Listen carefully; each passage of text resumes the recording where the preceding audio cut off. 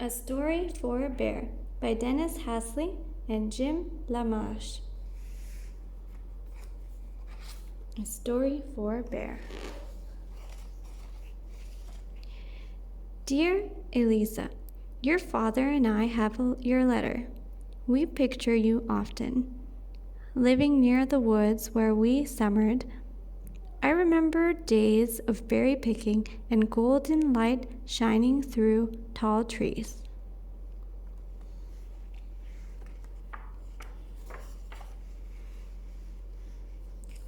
One day, a young bear was nosing through the bushes when he saw something lying on the ground. He looked at it with curiosity. He sniffed at its tiny marks. Then the bear took it in his teeth and brought it back to his cave. Through the years, the bear looked at the paper with wonder. It seemed as far away and mysterious as the moon.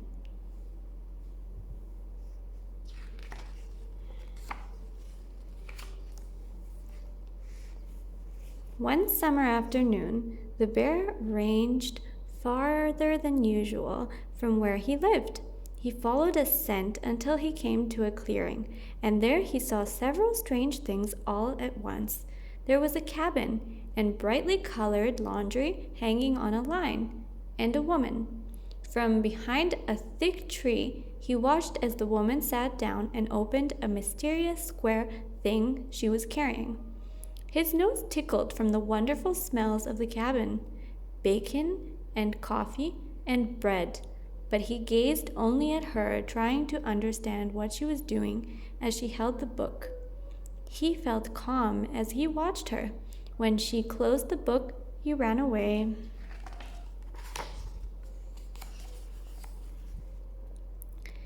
Day after day, he returned. He managed to get closer to her and watched from behind a near tree, his thick bare head just peeking around. He had never seen anything like this. Sometimes, as she gazed at the book, she laughed out loud. Other times, she lowered it and looked away, but without really seeing anything, he thought. Still, other times she appeared afraid and held it tightly.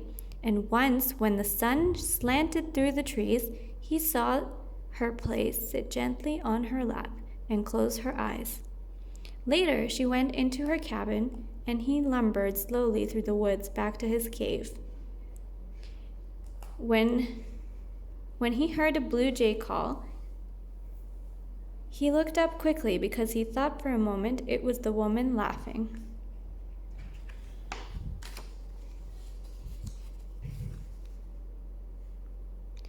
One afternoon, the woman was not in her yard. Slowly, his head moving from side to side, he walked through her things. With one big paw, he knocked a book off the pile to land face down in the dirt. He pushed it with his nose and scratched at its brown cover with his claws, trying to turn it over. Finally, one of his claws caught under the cover and the book flipped over. Opened, the bear moved his nose forward, then it closed again, and his head snapped back. Once more he tried, and this time it stayed open. He took 2 lumbering steps toward it and put his big head close. There on the page were row after row of marks, tiny marks, like those on the piece of paper in his cave. He stared at them while his nose filled with the scents of paper, glue, ink, and her touch. He didn't see the woman walking up behind him. When he finally heard her, his head swung around. For a moment, their eyes locked. The bear pawed once more at the book, then turned and ran away.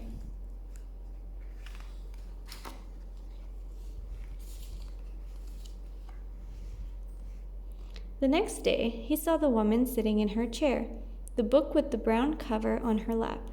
She was looking into the trees, searching for something. When she finally saw him, she smiled.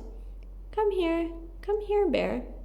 After a while, he moved out from the tree, and then slowly he took a few steps toward her, with his big head swaying from side to side.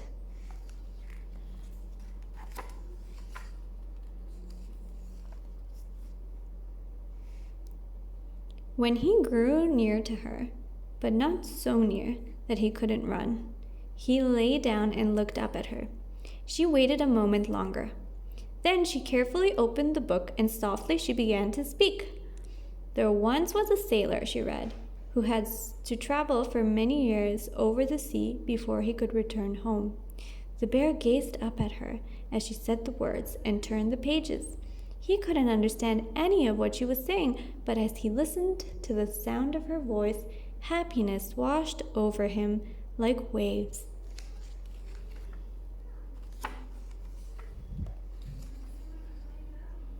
He returned day after day all that summer. When she read in a fearful voice about the sailor getting lost, he felt afraid. When she laughed at how the sailor played tricks, the bear would feel strangely happy. When she read of his love, the bear looked up at the woman with the wide eyes and watched as her gentle mouth formed the words. All the words she read made a story for her bear.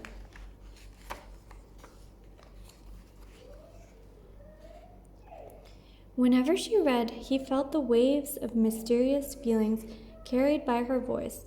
Sometimes her voice was soothing and the bear grew peaceful. And sometimes she sounded excited or scared, and his hair bristled and he gave a low growl. And sometimes her sounds were tender, and he looked up at her and watched her fingers gently lifting a page and a page and a page. These feelings often stayed inside of him as he limbered back to his world at the end of the day. And sometimes, in the babbling of a brook, he would think he heard her again and become quite happy.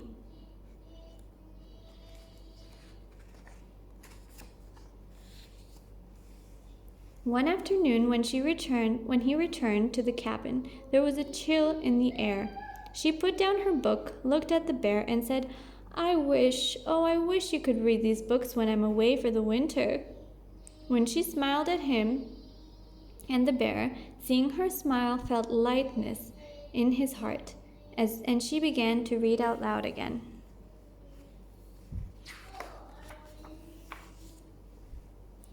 When next he came, he was carrying something in his mouth. It was the scrap of paper from his cave with its mysterious marks.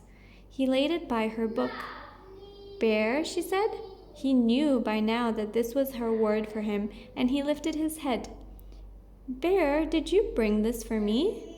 And then she read it in her gentle voice, as if it were a story he was giving to her. "Dear Elisa, your father and I have been cheered by your letter. We picture you often living near the woods where we summered. I remember days of berry picking and golden light shining through tall trees."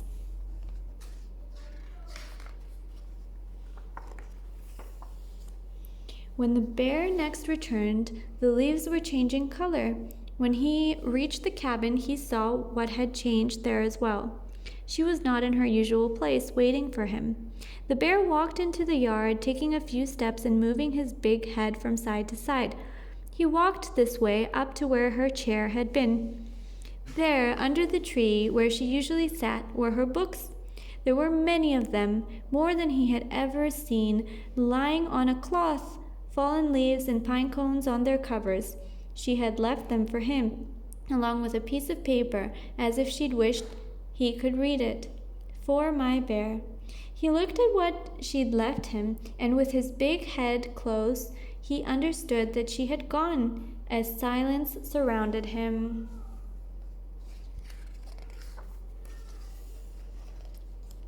Then, as tenderly as he could, he put his teeth around the book with the brown cover and carried it away. All that afternoon he made the long journey from his winter cave to her yard and back again through the forest, carrying her books with their covers of green and red and black, their words of sailors and goddesses and far-off lands, while the stream whispered and the blue jays called. That night, as the moon rose like a white page with mysterious marks, he lay among the hard covers of her books. Finally, he slept, and while he slept, he heard her voice, gentle and near. She was telling him a tale of adventure and magic and love, and all that winter before she came back in the spring, whenever he put his nose to the pages or touched the covers with his claws, she was there, reading to him.